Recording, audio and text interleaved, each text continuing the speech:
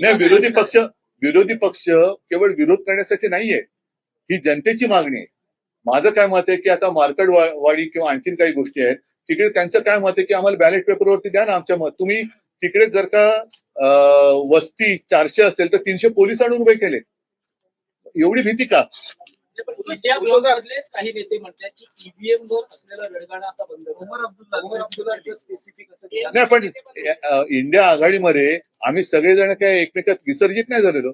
त्यांची मतं त्यांच्याकडे, आमची मतं आमच्याकडे. एक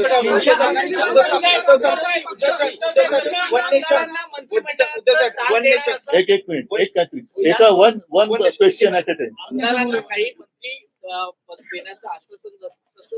नाही, मला असं वाटतं, नाही, ऐका एक मिनिट. आता माझ्या बाजूला इकडे अनिल परब आणि संजय पोतनीस आहे. हे दरवर्षी सुप्रीमो चषक घेतात. तो फिरता चषक असतो. तसा मंत्रिमंडळातला फिरता चषक मी पहिल्यांदा बघतोय.